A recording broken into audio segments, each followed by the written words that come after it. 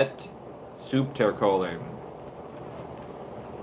Erant multe semite quae sursum in montes illos debant, adque multi transitus supereos. Semite autem pleraeque erant fraudes fallaciae quae et aut ad nullum locum aut ad fines malus tendebant. Et transitus plerique rebus malis et periculosis infesti sunt, nani et Hobbitus, concilio L. Rondis, et scientia memoriaque Gandolfi, juvante, viam rectam ad transitum rectum ceperunt. Longos dies postquam valle ascenderunt, et domum familiarem ultimam multa milia passum intergo relinquerunt. Et siam sursum adque sursum ibant, fuit semita dura adque semita periculosa, via parva adque sola adque longa, nunc retro super terras quae relinquerant diffusas intergo longa infra videre poterant. Longe distante in occidente ubi res erant cerule adque habites, ibi bilbo sciebant terram suam rerum tutarum et commodarum esse, adque parvum foramen Hobbitum suum horuit. In hanc altitudine dure frigescebat, et ventus iter saxa acute venint. Magna saxa, quoque reliquando de lateribus montium citata descenderunt, a sole meridie in nivem soluta, et inter eos transierunt, quod Felix fuit, aut super capita eorum, quod eos perturbavit, noctes erant in commode adque frigide, nec aut cantare aut loqui maioribus vocibus ausi sunt, quia imagines fuerunt in solite, nec silentio frangi placere visum est. So nitu aquae et stridores venti et crepitus saxi excepto.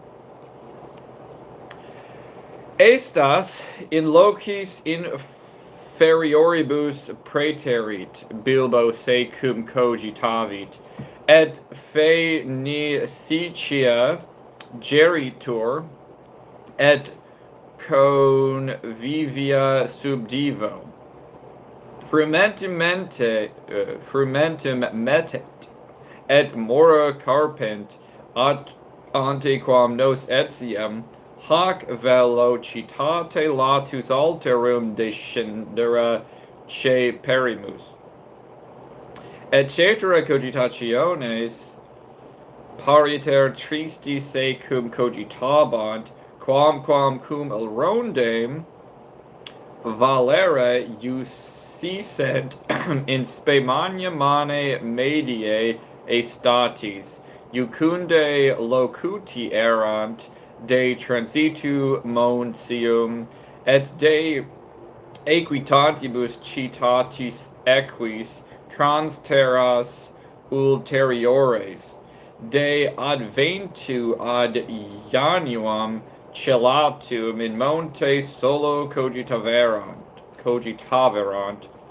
Fortasse illa proxima novissima luna autumni, et fortasse eri dies durini dixerant. Gandalfus solus caput suum qua saverat, et nihil dixerat. Multos annos nani iter illum non facerant, sed Gandalfus id facerat. Ita quomodo mala et pericula in vastitate crevisent et florisent scivit, cum dracone homines aeteris expulsisent, atque goblini post prelium fodinarum moriae secreto se diffudisent. Consilia etiam bona magnorum sapientium sicut Gandalfi et amicorum bonorum sicut rondis aliquando erant dum in facinoribus periculosis ultra limen vastatis abes. Et Gandalfus fuit magus sati sapiensis ut it sciret. Scivit fore ut nescio quid inopinatum e venire liceret, et vix sperare ausus est se sine facinori terribili montes altos ingentesque, cacuminibus solis atque valibus, in quibus nullus rex regnabat, transituros esse, quod sane non fecerunt, omnia bene fuerunt, donec die quodam tempestati cum tonitru obvium ierunt, magis quam tempestas cum tonitru prelium tonitrus. Sis quomodo terrifica tempestas in gentissima ima in terra et in valle fluminis esse posi. Praecipue in temporibus et quibus due tempestates cum tonitru ingentes sibi obvium eunt, atque confligunt, terribiliores etiam sunt tonitrus et fulgor in montibus noctu, ubi tempestates ex oriente et occidente adveniunt, atque belum gerunt. Fulgor in cacuminibus frangitur, et saxa confringuntur, et frangores ingentes erem dividunt. Tum in antra omnia cavernasque volvuntur, adque caduntur, et tenebrae cum sonitu, qui omnia obruit, adque luce subita plene sunt. Numquam Bilbo aliquid talis generis aut viderat, aut mente conceperat, fuerunt in sublimi et angusto loco ad latus unum eorum declive terribile in valem habetem fuit, sub saxo imminensi per noctem te jebantur, et is sub stragula iacit accapite suo ad digitum horrens. Cum inter fulgura fulgentes intueretur trans valem vidit, gigantes lapideos exire, qui saxa ludenti causa inter se iaciebant et illis prehensis adque deiectis in tenebras, ille aut inter arbores longe infrafracta aut in partes parvas crepitu confracta sunt. Tum ventus quidam venit adque imber, et ventus adeo imbrem grandinemque quo versus flagellavit et saxum imminens nequaquam tegimen esset.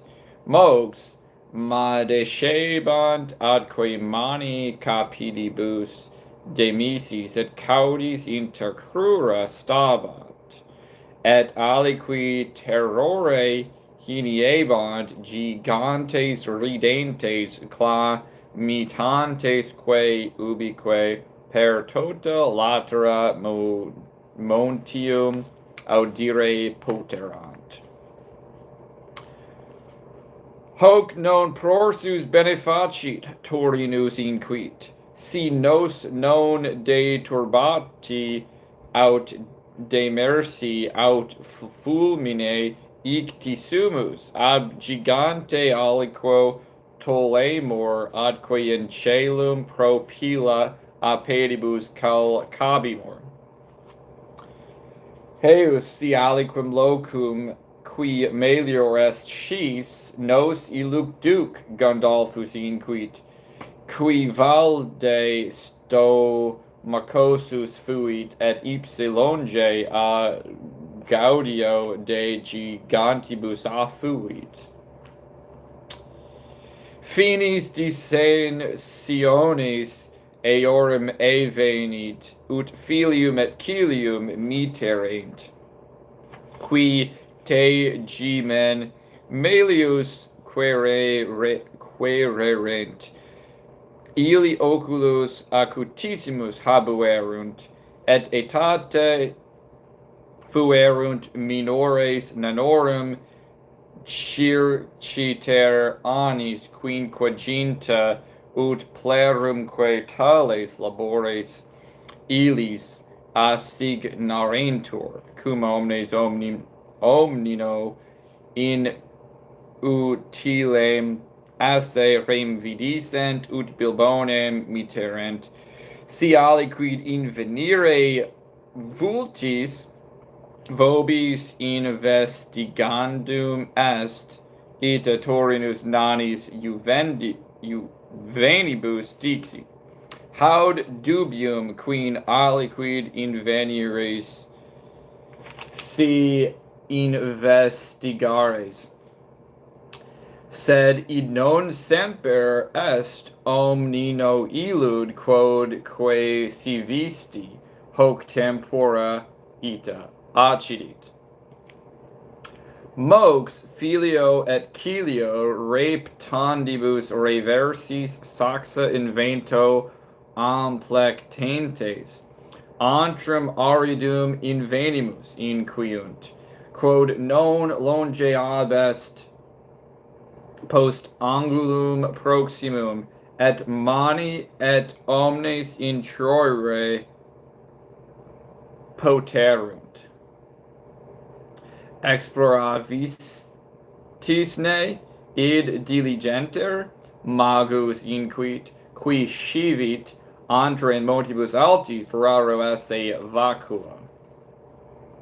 Ita inquiunt, quam omnes sciverunt eos dio agere id non possa, cicius reversierant, non est multo magnum, nec longe intergum pertinet.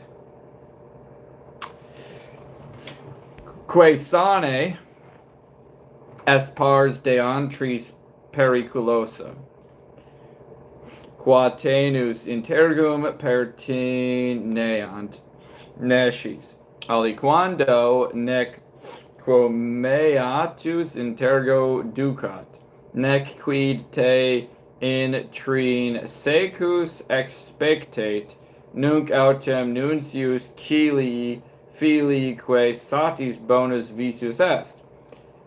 Ite surrexerunt omnes et se movere paraverunt ventus ululabat adque tonitrus fremebat ut et se et manos sus movere molestum esset. Nihil hominus iter non longe fuit, et mox ad saxum magnum in semitam protrusum advenerunt. Si pone illud graesus est, arcum humilem in latere montis invenisti. Vix dum satis spatii fuit ut mani o neribus depositis et clitellis remotis compressi pertransirent, ut sub arcu transibant bonum fuit ventum atque imbrem extri secus potius quam circum eos audire et sentire se ad gigantibus at saxis eorum saluos esse. Magus autem nihil periclitatus est, virgam incendit, sicu illo die qui tam multo ante esse visus est, si tu eam recordaris in triclinio bilbonis fecerat, et in luce cuius antrum ab extremo ad extremum exploraverunt. Quod satis magnitudinis esse visum est, sed non nimis ingentis adque mystici. Solum aridum et non nullus angulos commodus habuit. In extremo uno fuit pro manis spatium, qui ibi steterunt mutationi valde gavisi, vaporantes et in sacis nasi mandantes, oinus et gloinus ignem incendere juxta januam volverunt, ut vestes si carent, sed Gandalfus id recusavit, ita vestimentis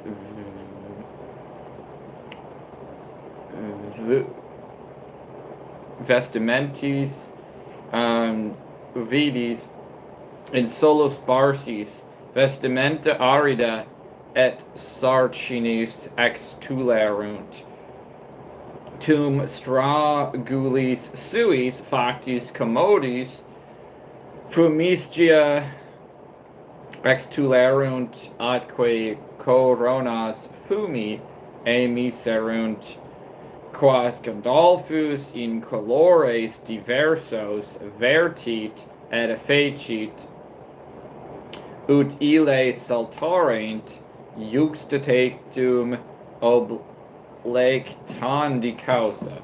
Locuti atque locuti sunt, et tempestatis obliti, quod quisque cum parte eius tesari fatura posset agitaverunt, ubi eam reciperint, quae res nunc cum maxime non esse tam impossibili visa est.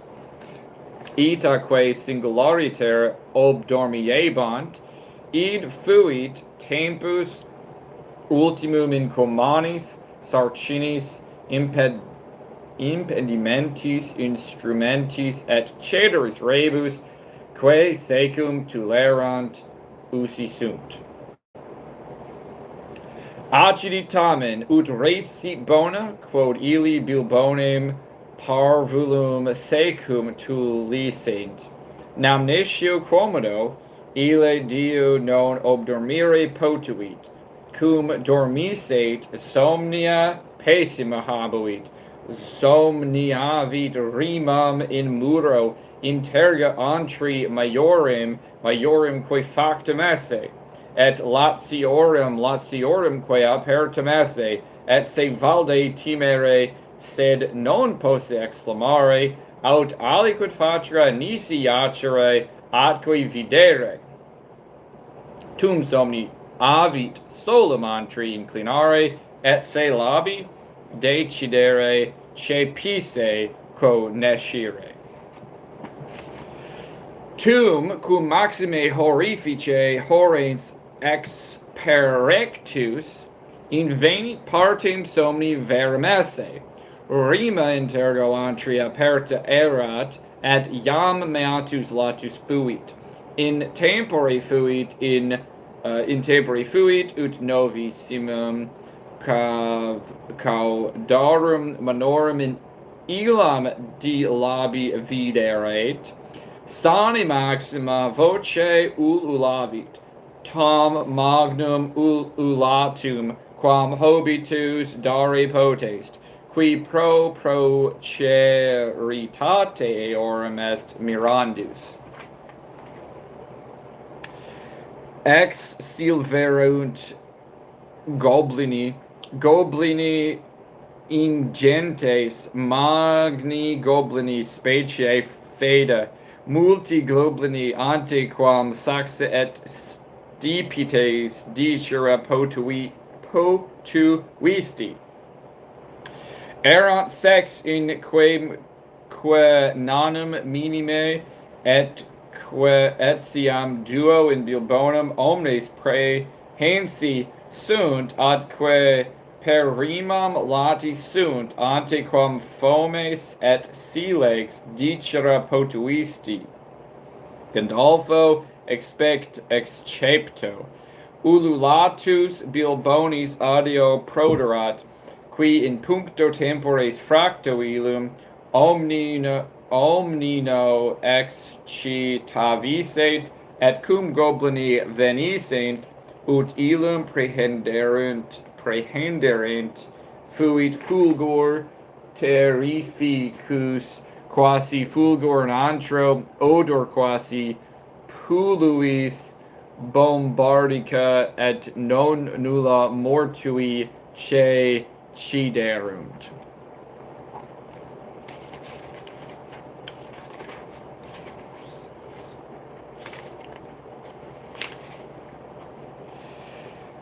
Rima crepitu clausa est, in latre cuius bilbo nanique alieno fuerunt, ubi fuit Gandolfus, de ea re, et illi et goblini ne sciverunt, nec goblini ad eum cognoscendam manserunt, bilbonem nanusque raptos abripuerunt, tenebrae fuerunt, tales alte quales goblini, qui in imis monsium habitabant, soli per spicera potuerunt, meatus fuerunt, quo versus pravi implicatique, sed goblini rectum viam sciebant, tam bene quam viam ad proximum officium tabellari scis.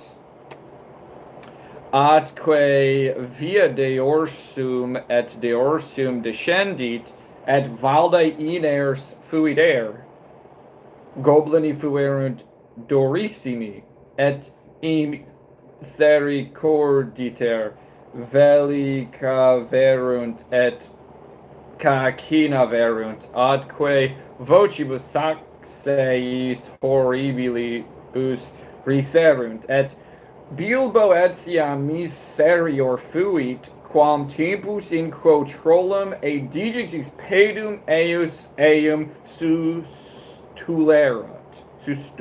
sustulerat.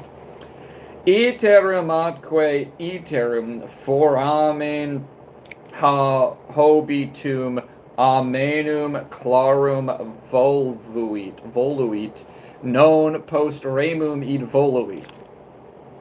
Nunc ante eos fulger lucis rubre apparuit, goblini cantare, vel potius coaxare, ceperunt tempus cum alapa pedum planorum in saxo plagentes adque etiam captivos suos quasentes.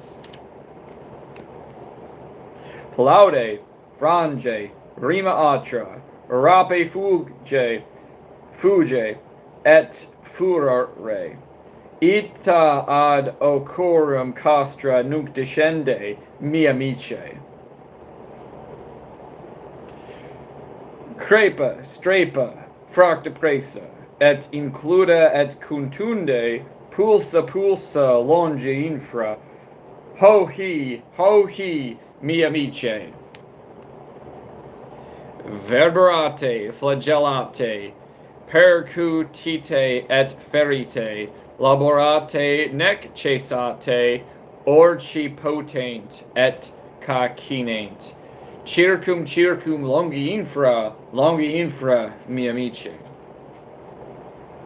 Sonitum valde terrificum produxerunt, muri cum plaude, fragi, et crepa strepa, et cacinatione feda de ho hi, mi amici, resonaverunt. Significatio generalis carminis fuit satis clara. Nam nunc gobelini flagella extulerunt et cum verberate flagellate, eius flagella verunt et curere quam celerime potuerunt in fronte scegerunt, et cum in cavernam ingentem inciderent nonnule nani iam clamitabant balabantque.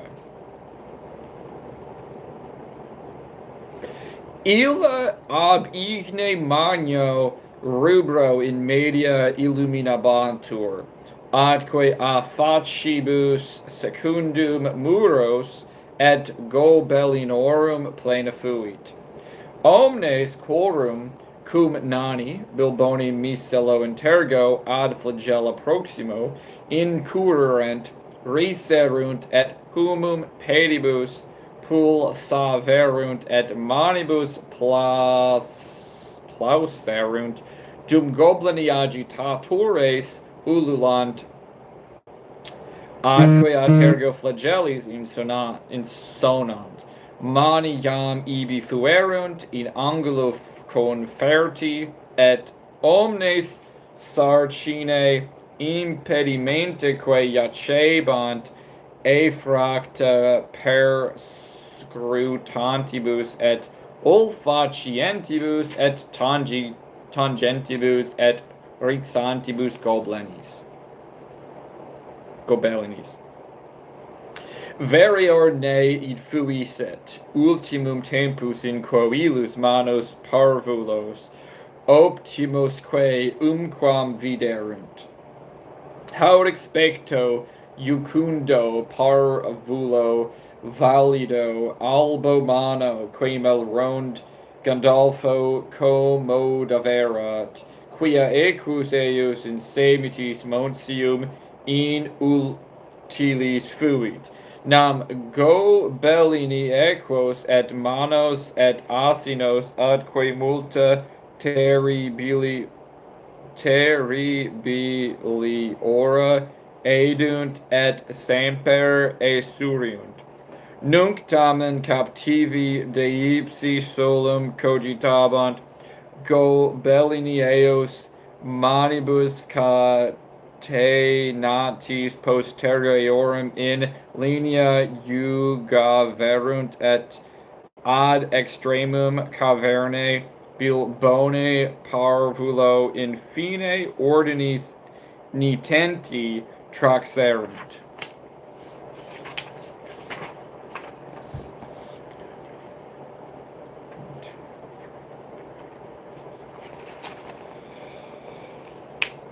Ibi in umbris, in magno saxo, plano gobelinus tre mendus, capita ingentis sedebat. Cinctus gobelinis armatis, qui secures atque enses flexos ferebant, quibus uti solebant. Gobelini autem sunt crudeles malefici atque cordibus malis. Res pulchras fecerunt nullas, sed multas calidus. Cuniculos et fodinas fodere, et tam bene quam aliqui nani praeter calidissimus possunt. Cum ille facere curant, quamquam sordida immundata quae esse solent. Malios, secures enses, pugiones, dolabras, forcipes instrumenta quo turmenti optime fecerunt vel alteros cogunt, qui illa fecerunt. Captivos atque servos, quibus laborandum est donac ere luceque carentes moriuntur.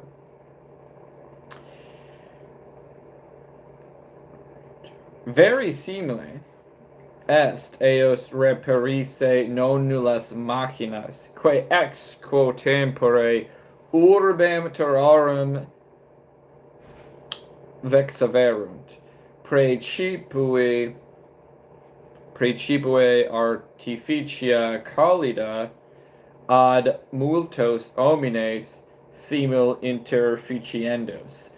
Nam in rotis et machinis et crepitibus gavisi sunt, et etiam laborare manibus suis magis quam volverint non sibi placet.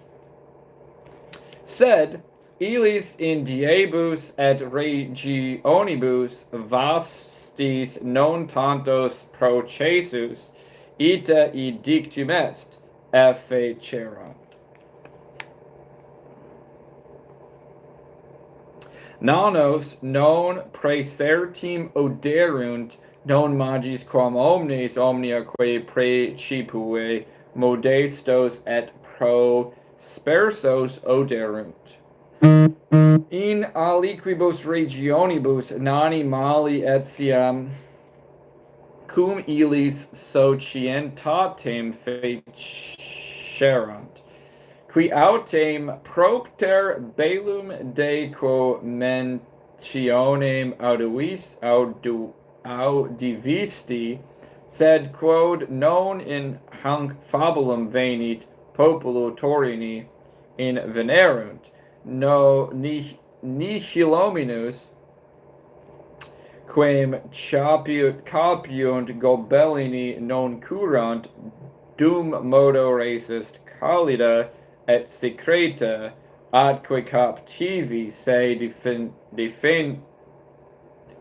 defendere non possunt. Qui sunt isti micelli homines, gobellinus magus inquit. Nani sunt, et ista unus agitator inquit. Catena bilbonis trahens ut ille ingenua decidat, eos in venimus tegimen petentes in vestibule antico nostro. Quid vis gobellinus magnus inquit se ad Torinum vertens, puto vos fatra mala, signomen, puto vos fatra mala, concilium privatum gentis mea speculari opinor, non mirabor dicere quod frures estis, very simile est vos homicidas et driadum micos esse, veni, qui dicis tu? Torinus nanus tibi servio, ille respondit, quae solum modo nuge urbane fuerunt, de rebus quas suspicaris, et fringis homino ignoravimus, tegimen a tempestate petivimus in antro, quod commodum atque vacuum esse visum est, nihil ulterius a cogitationibus nostris fuit, quam quoque modo gobelinis incommodare id verum satis fuit. Hem gobelinus magnus inquit, ita dicis, mihi liceat rogare quid tamen super montem ageritis in et unde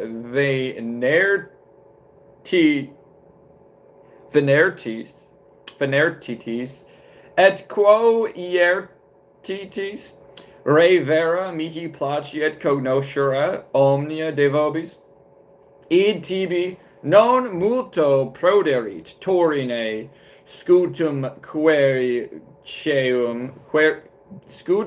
querceum de gente tua satis multa iam cognosco, sed veritatem da vel aliquid incommodissimum tibi preparabo.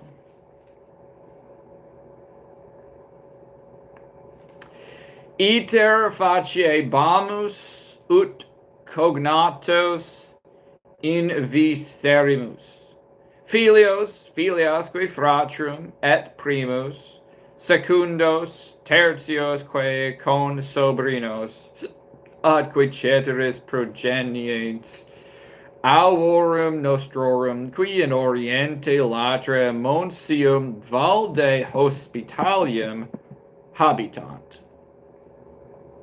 Torinus inquit non nihil nasciens simul in puncto temporis quae dicat cum veritas ad rem nequaquam sufficat. Mendax est, o tremendissime, unus agitor inquit, cum animalia ista invitavissemus ut descenderent non nulligentis nostrae a fulgure percussi sunt in antro, sic ut saxa mortui sunt. Praeterea is illum non explicavit.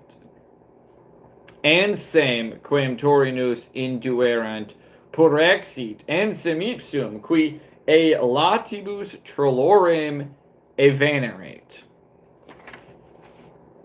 Gobelinus magnus cum primum eum vidit, voce iratissima ululavit, et omnes milites eius dentibus frenduerunt, scuta concrepaverunt, adque humum pedibus pulsaverunt, stati mensem recognoverunt, qui multos gobelinus trucidaverant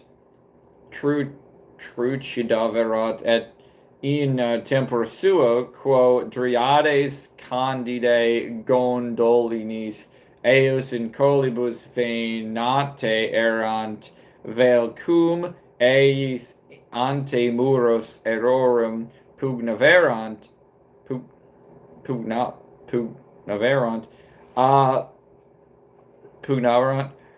quibus or Christus appellatis est, scizor gobelinorum, sed gobelinis simpliciter mordax appellatis est, illum oderant, atque aliquem qui illum ferebat peius oderant.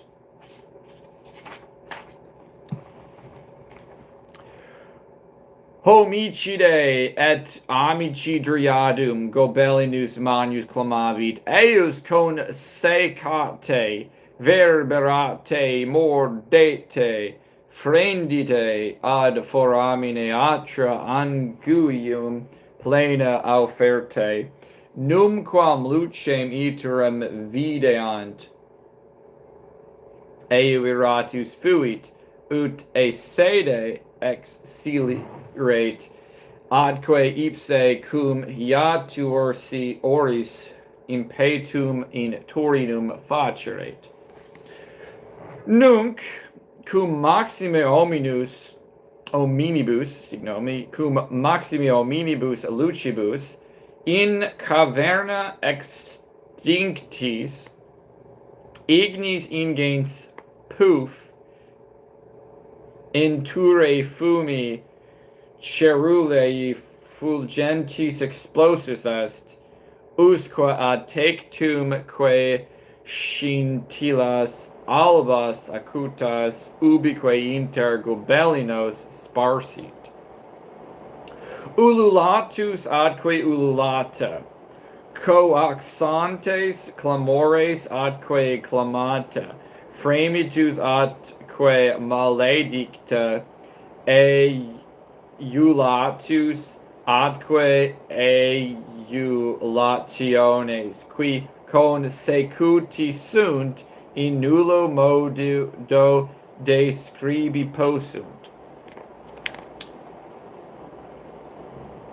Multi centum feles fere et lupi una lente vivi coquentes non cum illis com par verunt, scintille foramine in gobelinis in urebant, et fumus qui nunc de tecto decidebat, tam densam faciebant eram ut etiam oculi eorum non per eum videre possunt, mox illi super alios occidebant, et mordentes, adque calcitrantes, adque pugnantes in cumulis versabantur, quasi omnes insani sunt sint.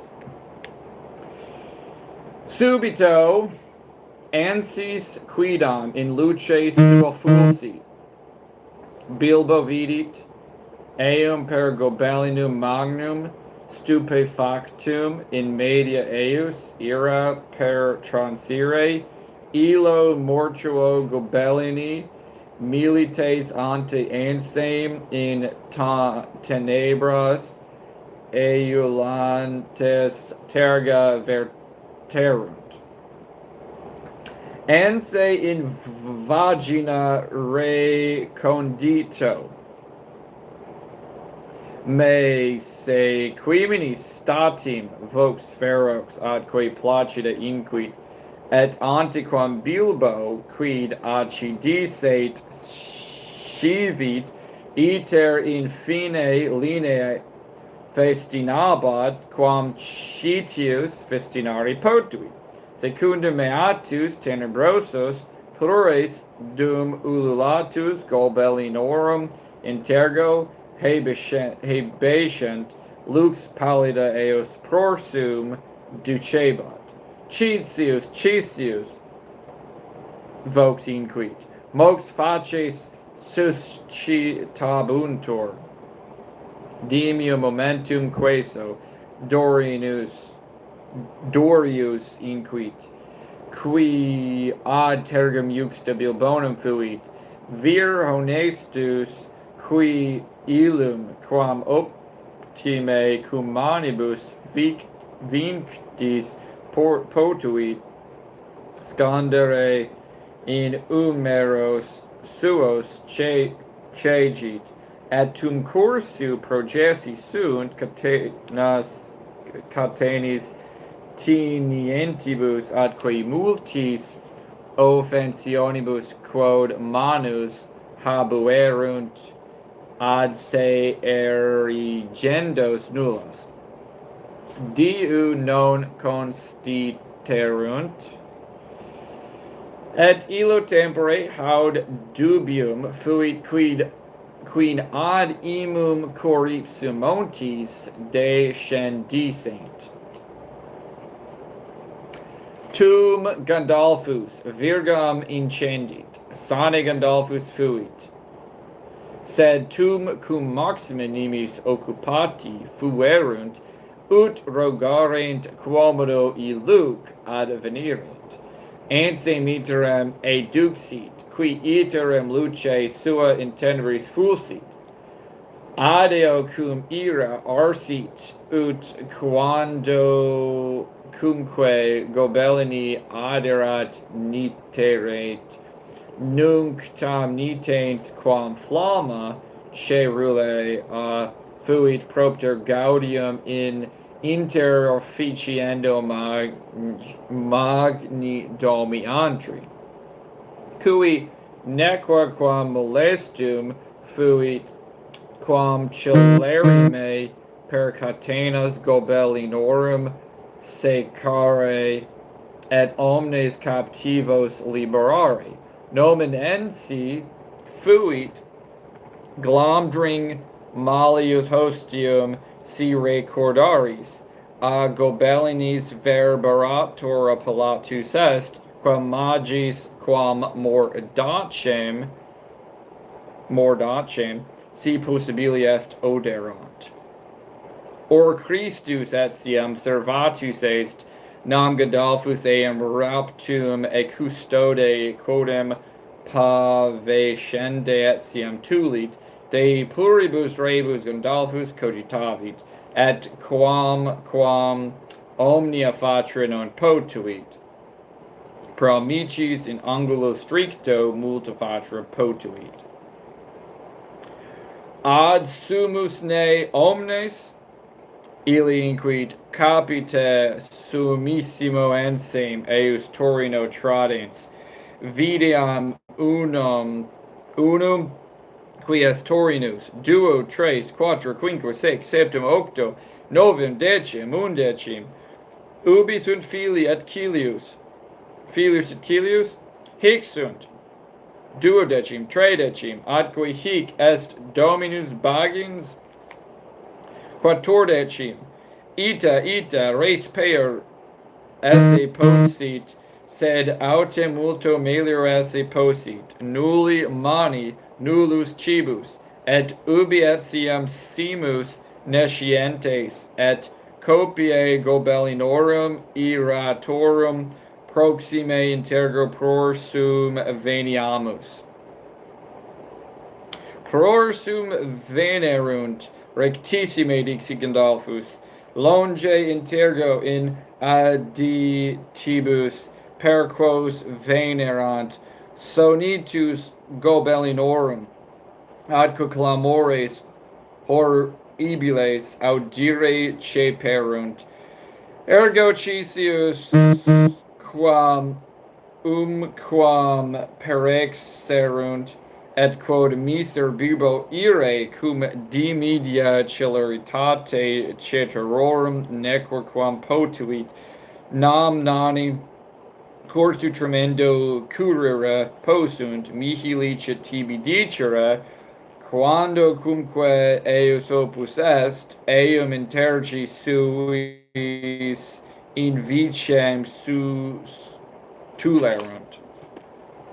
Nihil hominus gobellini citius quam nani currunt, et hi gobellini viam melius cognoverunt, nam semitas fecerant ipse, et valde irati fuerunt, ut omnibus rebus actis nani etiam clamores, adque ululatus propiores que apropinquantes audire possent, mox etiam alla pampedem gobelinorum audire potuerunt, vultorum pedem, qui solum pone angulum novissimum esse sunt, nictatio facum signomi, nictatio facum rubrarum pone eus in cuniculo, quem senque bantur vireri potuit, et le taliter defatigabant. Quare foramen hobitum quam relinquit miser dominus bagins inquit sursum deorsum intergo bomburis offendens. Quare hobitum miserabilem ad venationem tesorium quam atulit miser bomber inquit qui pinguis fuit et sudore montande ex estu atque terrore de nare prorsum vacillabant. Quo tempore Gandolphus pedem retulit Torino comitande angulum acutum circum uecti recto verte clamavi ensem educe Torine. Nec quiquam aliquid agi potuit, quod gobellinis non placuit, festinantes magnis vocibus clamitantes circum angulum venerunt, et scisorum gobellinorum, et maleum hostium frigidos adque claros nitentes in oculi sui statim in venerunt. Ille qui in primo agmini fuerunt semel clamaverunt adque trucidabantur, ille qui intergo fuerunt etiam magis clamaverunt et retorsus saliebant. Prosternentes illos qui post illos curebant, mordax et verbarator, ulula verunt, et mox omnes commovebantur, adque plurimeretro ad viam adque ad venerunt pellebantur.